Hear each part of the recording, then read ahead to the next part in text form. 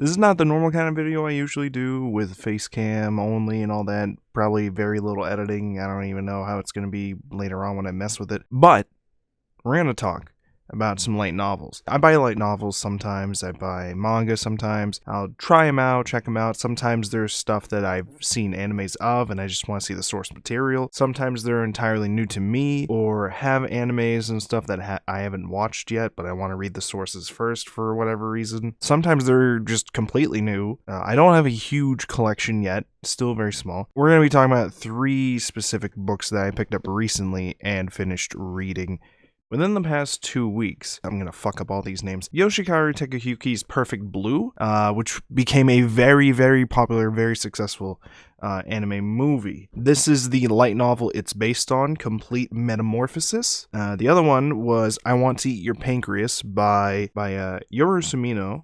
Very sad romance story that got adapted into a movie recently. I haven't seen it yet. There's nowhere for me to watch it online yet, apparently. This was a good book, but we'll get into that. I'm hoping the movie is also good, but I have no clue. And then the third one, so I started and finished another book today, and it was a new release that probably won't see anything else anywhere else. Oh boy. This is a meme book that I had seen people joking about online, making fun of the whole isekai light novel genre in general. The full title: The Hero and His Elf Bride Open a Pizza Parlor in Another World. Yeah, that's by Kizaki. He has an afterword where he basically just says he got the idea from his roommate who used to skip classes and just make pizzas. So we got a very interesting range in literature here. We have very intricate, serious, theme-driven stories, one of which is dark, one of which is romantic, but also dark and sad. And then we have pizza comedy. Oof, we got some stuff to go into with that one. So let's start off with Perfect Blue. So this is Complete Metamorphosis. This is the first book. It was the original book, and it had a sequel. I got all these books at Barnes & Noble's. It had this one, and it had the sequel book. I didn't get the sequel book, but I might get it later in the future. If you've seen the anime movie, the source material is very different. Like, the story is not the same at all. It has some of the same characters, but they're done differently, and the entire plot of this story is different from the movies. The core themes still reflect. The movie had some other themes going to it. I'm going to compare it a little bit, of course, and maybe I'm a little biased because I'd seen the anime movie first. This book is good too, but the anime movie, I felt, took the themes and presented it a lot better. Maybe that has to do with the medium that it was presented on. Maybe it's easier to portray those kind of themes on video. We'll talk about it. So it's basically about an idol, Kirigoi Mima. Again, I don't know if I'm going to pronounce any of these fucking weeb names right tonight. She was an idol, and in the book, this is different from the anime movie, so it's not really spoilers for an anime movie if you ever want to watch that, because the stories are completely different. She's an idol. She plays an idol that's one of the more innocent popular idol girls, in that she doesn't, use her sex appeal like at all to try to make money or become popular or more successful. Her rival is like the opposite entirely in this book. She's like very sexual, fucking people for more popularity or blackmail or to get them to do some other shit, But Mima was like the innocent idol girl, and she came to the realization that if she wants to succeed in what she's doing, she's gonna have to change. So she starts changing her image. She wants to change her image from the innocent idol girl to a more, sexier, more, enticing one, to try to get her popularity up to the #1 and make her newest hit single a #1 hit single. That was like her plan. She released like a sexy photo book. Yeah, I guess those are things for idol girls where it's like photo books, and most of them are like really, really sexy or risky or whatever. So she's doing that while she has all her fans that are used to her being the innocent image, innocent Mima or whatever, but one of her fans is psychotic. One of her fans is super obsessed with her, super incredibly obsessed with her, and he loves her because of how innocent she is. This dude, like, he'll watch idol girls all the time, but Mima was like his idol girl because of her innocence and her purity and all that, and he really valued that about her. When he finds out that she's changing that image about her, she's changing her values and all that, he can't stand it. He's losing his mind. He believes he must save Mima, and it goes to very psychotic levels, as you can imagine. The crazy guy basically stalking her at first, sending her fucking letters, finds her address, really fucking freaks this chick out. This felt like a much shorter read. I don't know, it was a kind of short read because it's a light novel. Most of these are pretty short reads, but despite being a short read, Takeuchi was very good at being descriptive in his scenes and putting you in the moment and not letting your mind wander off what's going on too much. Like some of these other light novels, I would find myself at times, I'll read a sentence and my mind will start wandering to whatever that reminded me of. This book didn't really let me do that a lot because it would keep you engrossed in the shit that's going on. There's a literal scene where a chick is being like skinned alive for like a second. I'm like, holy fuck, this would be really fucked up to watch an anime. And then you start like imagining what it would look like if you were to watch it in an anime form. You would forget, you know, some of the shit you would read in the next couple paragraphs while you're imagining that normally. But that's not what happened, because the next sentence would keep you in that view in the book. Like you didn't have to picture it in your head just by yourself. It would tell you it. It was very good at describing it, painting the whole scene to you while also not dragging on forever doing it. In my opinion, it's really fucking hard for books to do these days for me. So that was really good of them to do. There was a couple problems I had with some of the plot with it that kind of towards the end felt like if this book really needed the changes that it had for its anime adaptation. The anime changes were definitely needed. So it was good that they did the changes they did, because if this were, well, one, it'd be really fucking disturbing, some of the shit you'd see in this book being on the screen for that kind of story. But two, I just don't think it would work.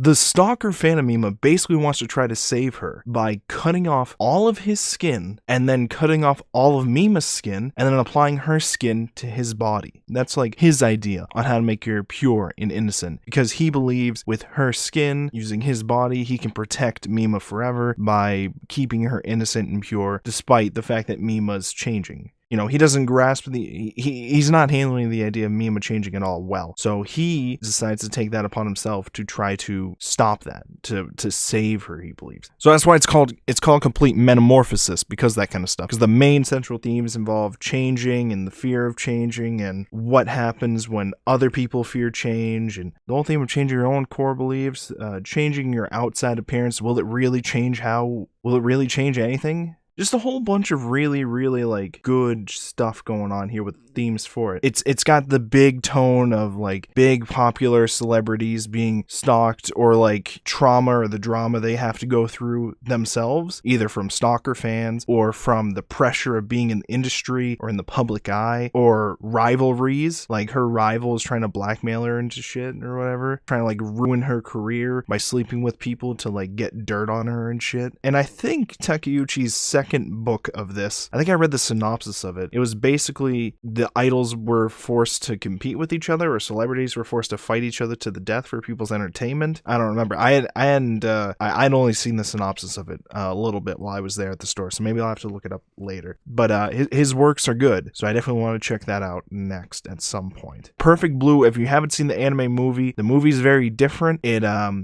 deals with the same core themes, the same kind of stuff, but it also adds to it and adds more questions about reality and perception. Because in the animated movie, she's an idol at the beginning, already a successful idol girl in like I think a group. It's been a while since I watched it, but I think she's in an idol group, very successful, but she wants to leave the group and become a film actress instead. But she starts like losing perception of reality. The stalker fan's still there, but there's some other twists with it that go along with the end, and I won't spoil it too much for you guys, but just know that this book, the story in this book, is nothing related to the animated movie. So one or the other. The only main things that are still there are the core themes. So if you like the core themes in the movie, you'll like the core themes in this book. It'll probably resonate with you a shit ton. You'll love the writing, and it'll keep you in the whole fucking time because it's really fucking good. So that's Perfect Blue. And then next we're gonna talk about I Want to Eat Your Pancreas. I don't know if you could see that. I Want to Eat Your Pancreas. Now, this is a more romance type. You can kind of tell that kind of stuff from the cover anyways, you know, trees, whatever, sakura trees or whatever. Fuck. This is by Yoru Sumino. And I'm going to be honest, I completely only got this book while I was there because of the title. The title of I Want to Eat Your Pancreas mixed with, like, romance cover. I didn't know what I was getting into. I didn't even really look at the synopsis too much when I was in Barnes & Noble getting this. I was just like, fuck it, I'm sold. Fuck it, I'll check it out, see how it goes. Went in blind with it. It's told from the perspective of a high school boy who goes to the hospital for something and ends up accidentally reading an entry in a journal by one of his classmates that was also at the hospital at the time, and reads an entry that shows that she's dying of a pancreatic disease. And she has not told anyone outside of her family at all. None of her friends or classmates know about this disease, except this kid now. Now, this kid is like a very quiet, antisocial, is always alone kind of dude, shut in kind of dude, with like no friends ever. He's never had a friend or whatever. He just stays at home, reads books all the time, lies to his parents about having friends and stuff, to not disappoint them. She is the exact opposite. Her name is Sakura. Yamuchi Sakura, and the boy's name you actually don't find out until the very end of the book. It's not like a big reveal or anything, but it's all told from his perspective, and he doesn't use his own name even when people are talking to him at all in the book, or talking like about him or bringing up his name, because his character at one point mentions that he believes whenever someone uses their name, he attributes that person's impression of who he is to them to his name. So he doesn't really like mentioning his name by itself. He more likes to mention, instead of writing his name when someone says his name, he'll put down what he believes their relationship to him is instead of the name. So like at one point the main chick Sakura says, you know, I hope to get along well with you. So after that, every time she says his name, he replaces it with a classmate I get along with. Eventually at times he will change it to just be question marks because he doesn't know what his relationship with her is at the time, or with certain other people at the time is. So they're like polar opposites. She is very energetic, very out there, very cheerful, and yet he knows that she's actually on death's door. She's going to die, and she knows she's going to die. She only has like a year to live, and yet she's cheerful and trying to live out some of her days the best as she can, and doesn't even want to bring it up to any of her friends that she's dying. Only to that guy, because he already found out, and she's spending all of her days with him. And it gets really sad, and at one point towards the ending part, there's one specific page, and this was freaking me out when I saw it. I was like, did this really happen? Because like I bought this from Barnes & Noble, and I thought it was already ruined somehow, like inside the bookstore, and I had bought it or whatever. There's a page towards the end where it gets really emotional, and like you're reading her journal, where there is a teardrop made a page of the journal a little bit wet at a very specific part. And I was like, did somebody like, what happened? Did somebody read this in the store and cry at that part and it dropped down on the page? Turned out, no, the book was edited to have that colored like that, because right next to it in the journal, she like is jotting notes about the shit that's going on with it. And she wrote something like, try not to actually cry when you write this in these in the future or something like that. And that was like a nice little touch. Like I was really confused by it at first. And then I read that little note that she scribbled, and it was like, I don't think I'd ever seen a book do that kind of thing before. His name was blacked out from her journal in bits because he had asked her at one point to leave his name out, but she had already written his name in the journal before, so she went back and blacked them out. So when you get to the point where you're reading the journal, they're all blacked out until she talks to him and he says, don't mention my name, so she just doesn't mention his name anymore, but she went back and blacked him out. That was like a nice little, touch, remembered it, and you got to see it for yourself later on. And then they also added like the crying on the page thing, and that was like, oh, that was really nice. It's nice in that it's supposed to be like a romance story, but as much as they care about each other, they never like go out.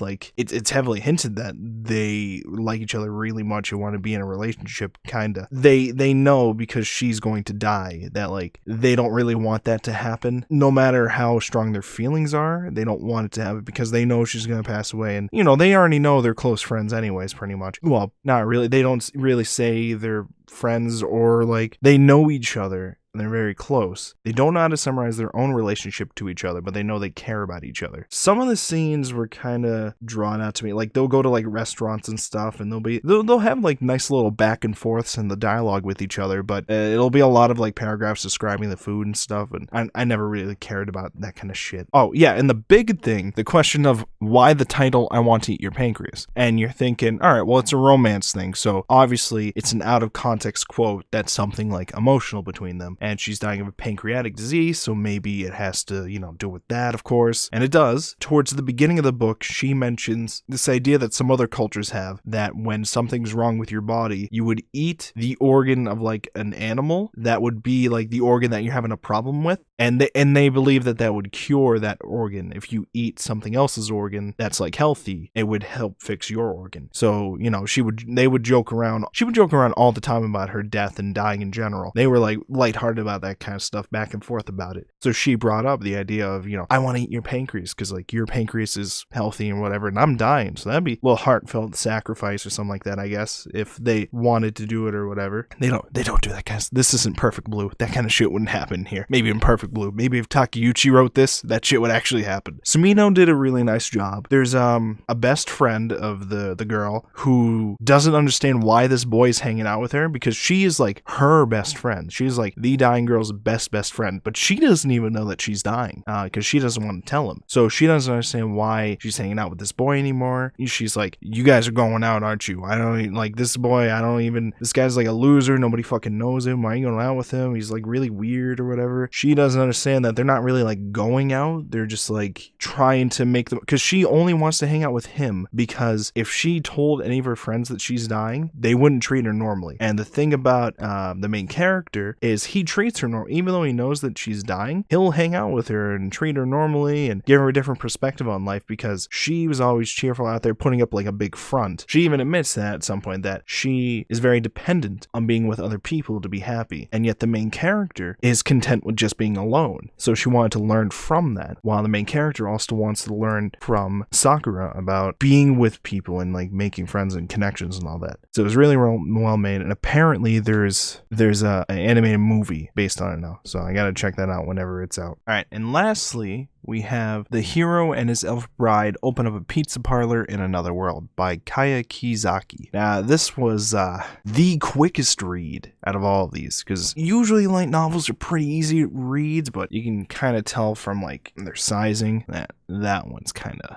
more thin, because these ones are like actual, like more on the side of like real novel type deals, not like light novels, but this, it's a very light novel, like a traditional one, while also not being like a straightforward story. It's a slice of life that's like a series of short stories, pretty much. Like it has overarching like stuff a little bit, but most of it is all like, it's a comedy slice of life. A dude named Kaito is just kind of out on the road, and this all happens in like the first paragraph, like blink of an eye. Dude goes outside, he's like, what's going on? He sees a bike, and can you guess what the bike is? It's a pizza delivery bike. Whoa, what a surprise. And it hits him, runs him over, he fucking dies. He goes up, sees a goddess in the darkness, and the goddess is just like, alright, you've died. We've been scheduled to rebirth you as a hero in another world. The usual thing that always happens in these isekais, apparently. You get 3 choices. You can be born as a badass swordsman fighter, a like lightning mage user, or you could be, quote, a hero who saves the world with pizza. Naturally, he's just like, well, I don't want to be number 3, and he's taken too long to pick between options 1 and 2, that while he's waiting, the goddess gets a call and says, all right, 1 and 2 are already taken by other people, so you're going to be the hero that saves the world with pizza, which is really flimsy premise, but okay, we'll go with it. So he goes into the elf world, where apparently the country he's brought into are all vegetarians, because they live inland and just don't have access to a lot of meat and other shit. They're all just vegetarians that live on veggies, salads, and fruits. That's pretty much like their whole diet. And as soon as this dude gets there, he's like, these guys are fucking boring. They don't like have anything here. Now, I got no problem with comedy, slice of lives, they can be fine. They can be done really well. It's just a really weird change of pace for me, going from reading these 2 story-driven, character-driven books to comedy slice of life, where they're like sitcom skits every chapter. None of them matter. The dude just kind of spawns in the world. They were all expecting him, apparently in these worlds will expect the hero. They'll like talk to the goddess and expect a hero to be delivered to them. I guess you can fill out paperwork for that kind of shit, and eventually you get one, maybe. And they've been waiting forever for the pizza hero, okay? Despite not knowing what the fuck pizza is at all. None of these people know what pizza is until this dude shows up. So it's really weird that the goddess would say that you're going there to save them with pizza, but whatever. My main problem isn't the premise. My main problem is there's no stakes, like, at all. There's no, like, character evolving anything at all. There's no, like... And I don't know if that's like a crazy thing to ask for a comedy slice of life. Literally, this dude goes to this world and he has a bag. He only is given a bag with his starting equipment. And his starting equipment is all just cards. But when he reads the cards out loud, he gets the thing that's on the card. So if he wants all of his cooking utensils and ingredients, he just reads the card from his bag. And he pulls this shit out of his bag like every morning. It gets replenished like every fucking morning. One card specifically is basic like cooking skills or whatever, or basic pizza making skills or whatever. Literally just cards of knowledge. He doesn't have to study them or anything. He just reads them and he instantly has all this knowledge in his head. He doesn't have to work for any of this shit at all. Like he was saying in the beginning, I don't know shit about making pizzas myself. I've never done it before. But he reads a card off and now he has instant knowledge. He already has all the ingredients, so you don't have to go through the problem of getting ingredients for this shit. He goes there with absolutely no money, but he's able to be given a pizza parlor and sustain a business with just a bag of infinite shit. Like he didn't seem like a hero himself. It seemed like the bag with all the free shit from the goddess was like the hero of this fucking book. But we all know the leading point of these light novels aren't the main character, okay? It's not the pizza dude, okay? It's the fucking waifus, okay? Those chicks, you know what I'm talking about. The elf bride right there in the middle, and that is the queen up there peeking through the window. Now you might see that and think she's jealous of the elf bride. No, she actually just wants pizza. Just like everybody just wants pizza in this shit. And the other thing is, this book could give you a whole bunch of side characters that are just never visited upon again, or like you don't care about. Like, you know how these light novels will give you these colored pages at the beginning of like important characters and scenes, really iconic, and like they're really nice. But you get one for the elf bride, one for the queen. Those make sense because those are recurring characters. And then you get this one, where it's this random chick at the market that he finds who passes out on them and he helps her out, but she's like really hot is like the thing. She's never mentioned again. She goes away. She never comes back in the book after that one like or two scenes. Also that group who they only met once for the first time there, and by help I mean she passed out, he picked her up for like 5 seconds and the actual father came and grabbed her. They go back to their place and he's just like, wow, you need funds for your pizza shop? I'll give you all the money you need. And he just instantly gets all the money for like his pizza parlor renovations, because like his beginning pizza parlor shit, so you're thinking, oh man, he's gonna have to work for that the money for it. No, he's just kind of giving it. Like, it's not even like a comedic thing how he's giving it. That's the thing too, this is supposed to be a comedy light novel, and there's not a lot of like good comedy that happens. All the characters are elves. Like, he's in a elvish world, so he's the only one that's not an elf. So all the elves are like really skinny, good with bows, really like magical looking, though apparently only the really smart ones are magical, which is whatever. There's one character though who's like fat. He's like real fat, and he's like the woodsman of the village, and he loves the hero. He's like a big admirer of him. The dude, his name is Hans, the like fat elf. His comedy is, I'm the woodsman, but I'm very clumsy. Hey, I love you, hero. Let me make you a sign for your parlor. Gets out like some wood and he starts trying to carve the name of the place on it, but he keeps really going crazy with it for some reason, and almost like cuts off his fingers like quite a few fucking times, and until the hero of course steps in and says, no, I'll let me handle it for you. Some of these characters are designed well enough for you to like remember them. Like that dude Hans is like a fat elf who loves to eat honey. He's got like a shit ton of honey and he eats all the time, and he's like a huge admirer of the hero, huge in the most. Like, he'll watch him from doors sometimes. The elf bride, actually, he just kind of shows up there. The main character shows up in this world. He's greeted by the village and the head of the village, and the head of the village has his daughter, and he basically plans to wed the daughter to the hero when he was brought to their world. She is forced onto him, and he did not sign up for it at all. But of course, towards the end of the book, he says, yes, let's do it. But by the way, they never really delve more into the relationship at all. And in fact, she gets very jealous of him at points, despite their relationship being non-existent. If another female character goes like 2 feet close to him, even dares to make eye contact or even look at him, he will get beaten by her. There's one chapter where she literally beats the shit out of him because one chick kisses him on the cheek, despite them them not having a relationship at all, other than her parents saying you're going to marry him at some point. And the queen in the book, she's giving out this front to all the villagers or all the kingdom, saying I am a vegetarian. I only eat low calorie. The other thing. The hero is called the high calorie hero. That's his title. That's his tagline. He's the high calorie hero. His actual name is like Kaito. They all call him Lord Kaito because he's the hero that they've all been waiting for. The pizza hero, even though they don't know what pizza is. But he is the high calorie hero in that world. Meanwhile, the queen is putting up the front that she only eats low calorie things, and anybody who eats the high calorie stuff is nothing but a filthy commoner. But of course, in secret, she is ordering pizza and personally has the main character, Kaito, come deliver pizzas to her palace. While he's there the whole time, she'll act like she's doing him a favor eating the disgusting pizza, and I think at one point apple pie and shit like that. She puts up the front, but she loves the shit out of the pizza and all the high carb stuff, but she doesn't want the kingdom to know. Oh no, by the way, she's 16. The book felt like specifying she's 16 in case you didn't get that memo. Apparently it doesn't specify anybody else's age in this book at all, except for the queen's, for a very weird reason.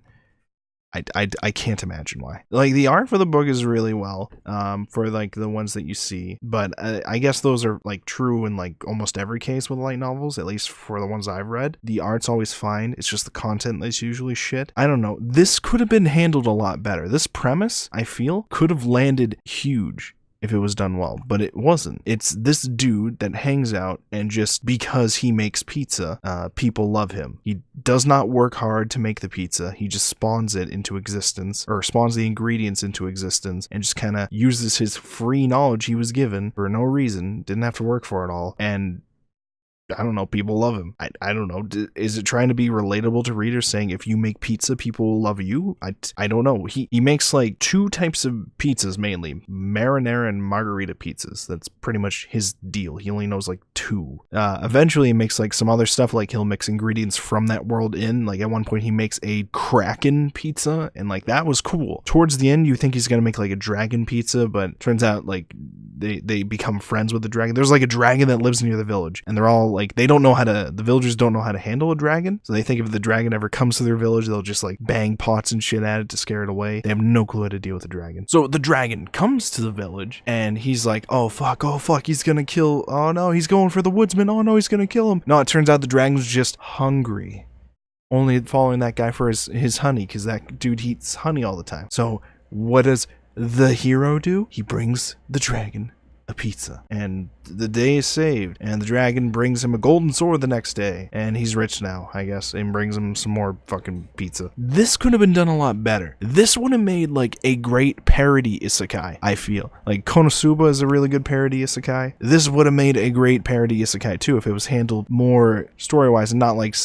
short story-wise. This could have been a dude who, not just in a pizza parlor, maybe he's like a traveling dude or whatever, just goes around and like, and so like, I'm not a writer, so I'm just pitching some small change that could do it. Like, instead of this guy just sitting around and chicks literally throwing himself at him because he can make pizza and they never heard of pizza before, this dude could go around to like villains that are like ruining this place, or like monsters or some shit, and use some comedy bullshit and his culinary skills to like entice them into changing their views or like defeating them and shit. Make it more of a comedy, not just a harem throw yourself at the dude because he makes fucking pizzas and shit. Like look at this shit. Literally throw yourself at him because he makes pizzas and shit. Chicks just like staring at that pizza, it's glowing, and he's just like peeking over, and like it tries to be like, oh, some of these characters are like have these little tiny quirks to them, so that's the comedy of it. But it's not the main comedy. It's not supposed to be like the main comedy. It's supposed to be a nice little thing you add to it, unless their quirk is like a huge thing. Like, they try to make the main comedy in a lot of these chapters just the fact that his elf bride loves to like eat food and won't stop eating food, and will just do it. She'll just start doing it even if she's supposed to pay for it. She'll just fucking eat it all. He like literally treats her like his old dog at one point, because she just is acting like a dog, I guess. I don't know, just eating random food and shit, and she has to be like, no, bad. He has to be like, no, bad. And it's like, This is about what I expected. This has been a meme that's been going around, and I've been memeing about it too, because any light novel with like ridiculously long names, I instantly find funny. But when it's an isekai with an of a hero with an elf bride in another, and he's in a pizza parlor, you know, and you got like clearly a harem going on from the cover art, I had to check it out. And this book actually was written like 2 years ago, I guess, because the afterword is from 2 years ago. Kizaki wrote it like 2 years ago in Japanese, but it only got translated to English earlier last month, or late last month. Came out recently. Can't imagine a lot of people went out and got this. I can only guess I'm the only person who actually bought it. Some people know about the meme. I don't know if anybody actually went out and got a physical copy. Yeah, it's what you expect. If you didn't have high hopes for it because of its title, you were right. Its premise could have been done a ton better, in better hands for comedy, and I don't know if Kizaki's just new to it, or if because it's a slice of life genre, it makes it more difficult for him to implement comedy into it. Because like they do all have beginning, middles, and ends in each of them, so each is its own standalone story, which is like nice, but the problem is like the main comedy in it sucks. Just like literally the dude gets killed by a pizza delivery bike, and then he gets reborn as a pizza hero despite not knowing anything about how to make pizza at all. And he's just given every shit for free, and he's just hailed as the hero just because he was brought there, and he doesn't know anything about what he's actually doing, but he's like making pizzas, so all the women throw themselves at him. And that's apparently all you gotta write about to charge $14 a copy for a fucking light novel. So there you go. That was 3 light novels that I had read recently. Highly recommend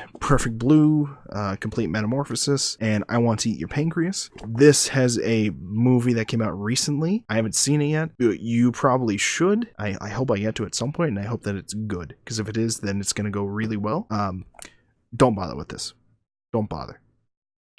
But I'm sure this will get picked up and adapted into one of those like 5-minute anime series where like a couple of them show up and there's just 5-minute episodes each, and then eventually volume 2 comes out and they have a couple more episodes, and then Netflix picks it up. That's how it's gonna go. That's exactly how it goes. So there you go. I have some other light novels. Maybe I'll read them a next batch of 3 and do another kind of video on these and see how that goes. But that's all for now. Let me know what you think of this, or if any of the stuff I mentioned interests you. If you like my content, support me on Patreon for like $1 a month, and it would be dope. And I write some of my scripts for my videos. I'll upload up there early. There was no script for this. This was just kind of like messing around with it, talking about it, ranting about it. But maybe I'll write more scripted stuff about these kind of things later in the future. But there you go.